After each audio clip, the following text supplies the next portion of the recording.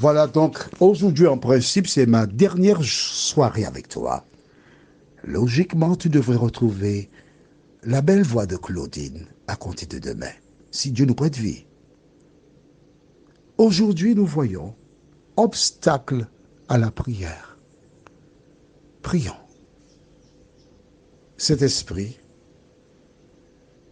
nous avons vu hier que c'est toi qui nous conduis dans toute la vérité. Alors nous venons vers toi.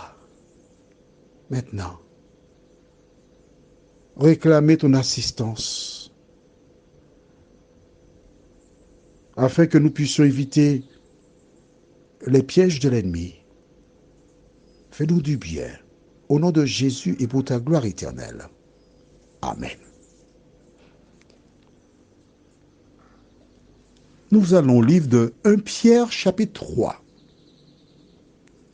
Et nous lirons les versets 7 à 12. Je t'invite à porter une attention à ce que nous lisons. Marie,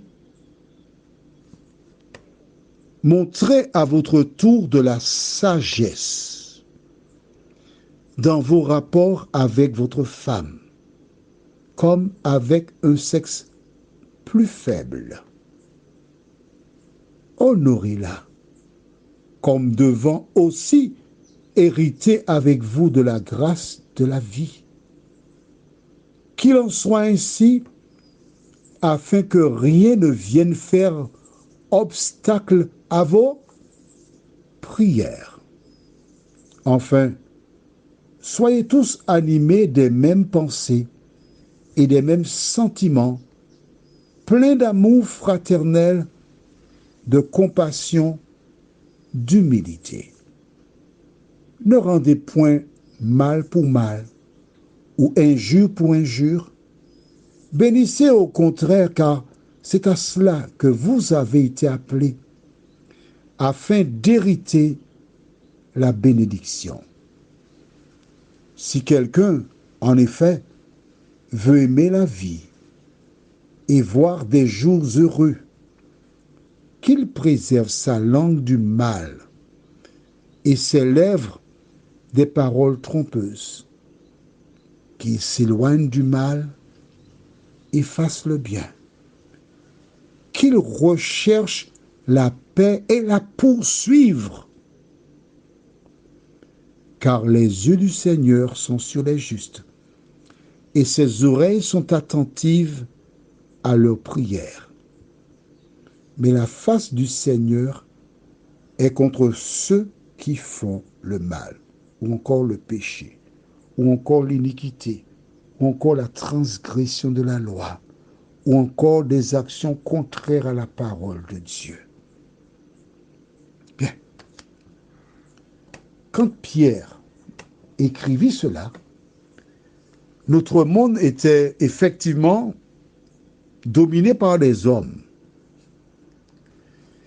Et les femmes étaient véritablement comme un sexe plus faible. Mais aujourd'hui, il y a des femmes qui sont pires que des hommes. Mais nous ne sommes pas là pour tirer sur les hommes ni sur les femmes, mais faire un constat. Le constat est le suivant. Dans nos rapports, nous pouvons, rapport entre femmes et hommes, épouse, époux, d'accord? Notre manière de vivre peut fermer les portes de l'éternité. Mais oui, tu as vu? Le verset 7, la fin dit, qu'il en soit ainsi afin que rien ne vienne faire obstacle à vos prières. Si dans les rapports que tu as avec ton époux ou ton épouse, ça ne se passe pas bien, cela sera un obstacle et ta prière n'ira nulle part. Un exemple? D'accord. Voici Jérémie qui s'adresse à son épouse Il lui dit quelque chose qu'elle ne comprend pas. Et il est déjà...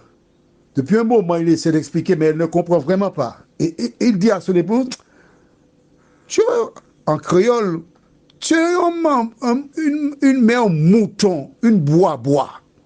Un bois-bois, c'est une représentation que l'on brûle lors du carnaval qui représente quelque chose qu'on tourne en dérision et qu'on brûle le mercredi décembre. Jérémie, écoute-moi bien. Jérémie, Pascal, Géronimo, etc. Si tu traites ton épouse de bois-bois, imbécile, maman, mouton, parents, amis et alliés, tu sais très bien que... Tu ne savais pas. Bon, d'accord. Mais marque ça dans le cahier. Je dois, dans mes rapports avec mon épouse, je dois, dans mes rapports avec mon épouse, tu écris, une dictée te donne là, même s'il y a des fautes, c'est pas grave, je ne vais pas corriger les fautes. Je dois, dans mes rapports avec mon épouse, me rappeler,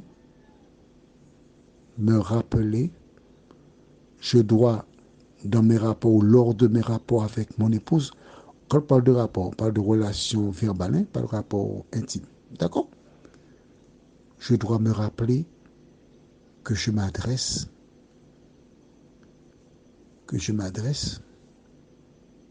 à Jésus de Nazareth. La personne qui est à côté de toi, ton épouse ou ton époux, c'est Jésus de Nazareth. Quelle est ton attitude vis-à-vis de Jésus de Nazareth? T'arrive-t-il de lui dire, tu es un laxatif pour moi? C'est pas comme ça on dit ça. Hein? Tu me fais aller aux toilettes, tu me fais... Tu sais quel mot? Mais si tu sais. Ça t'arrive de dire ça? Ça t'arrive d'élever le ton sur elle? Ça t'arrive de tuer un moustique sur elle? Tu as compris, le moustique? Quel que soit ce que tu faisais, jusqu'à ce que tu entendes cet audio, rappelle-toi que tu as affaire avec Jésus de Nazareth. Et la Bible déclare que cela peut être un obstacle quand tu vas prier l'Éternel. 3 femmes qui m'entendent. Comment fonctionnes-tu? Il existe des femmes qui utilisent des hommes comme des vaches à lait. Dans un foyer, qui prennent l'argent pour mettre sur leur compte. Bien sûr, on ne le dira pas à l'époux, on met l'argent de ce côté pour soi, pour moi, mon argent. On ne sait jamais si demain matin on se sépare, j'ai de l'argent. On récupère, on siphonne l'homme. Mon ami, si tu agis ainsi, ton foyer n'ira nulle part. Dieu ne peut pas te bénir parce que tu triches. Non. Dans tes rapports, tu dois rendre gloire à Dieu.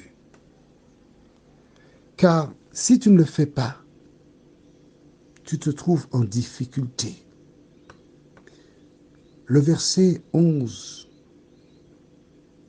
déclare, 11 et 12, que tu dois t'éloigner du mal et tu dois faire le bien.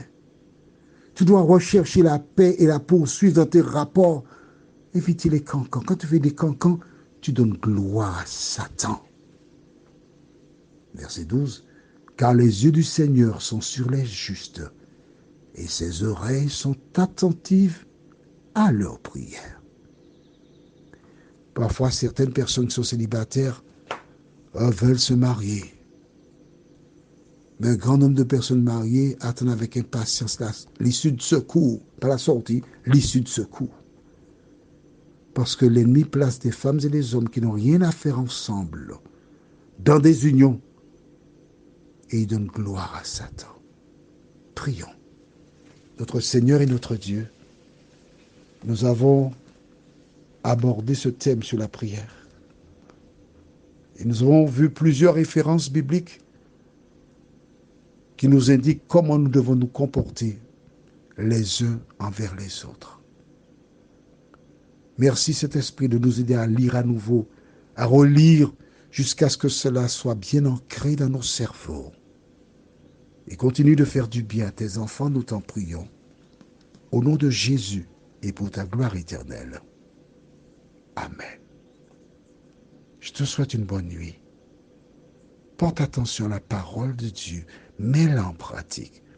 C'est tout à ton avantage.